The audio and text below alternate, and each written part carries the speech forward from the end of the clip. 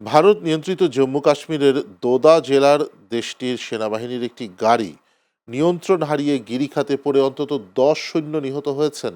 এই দুর্ঘটনায় আহত হয়েছেন আরও কমপক্ষে 10 জন। বৃহস্পতিবার এ তথ্য জানিয়েছে দেশটির সংবাদ মাধ্যম এনডিটিভি। এতে বলা হয়েছে, দোদা জেলায় সেনাবাহিনীর একটি গাড়ি সড়ক থেকে ছিটকে গিরিখাতে পড়ে গেছে। এতে সেনাবাহিনীর 10 সদস্য নিহত ও 10 জন আহত হয়েছেন। স্থানীয় কর্মকর্তারা বলছেন, সেনাবাহিনীর সদস্যরা বুলেট প্রুফ ক্যাসপিয়ার গাড়িতে করে দোদা জেলার এক অভিযানে যাচ্ছিলেন। সেখানে যাওয়ার পথে ভাদেরওয়া চাম্বা আন্তরাজ্য সড়কের খান্নি এলাকায় রাস্তা থেকে ছিটকে গাড়িটি গিরিখাতে পড়ে যায়।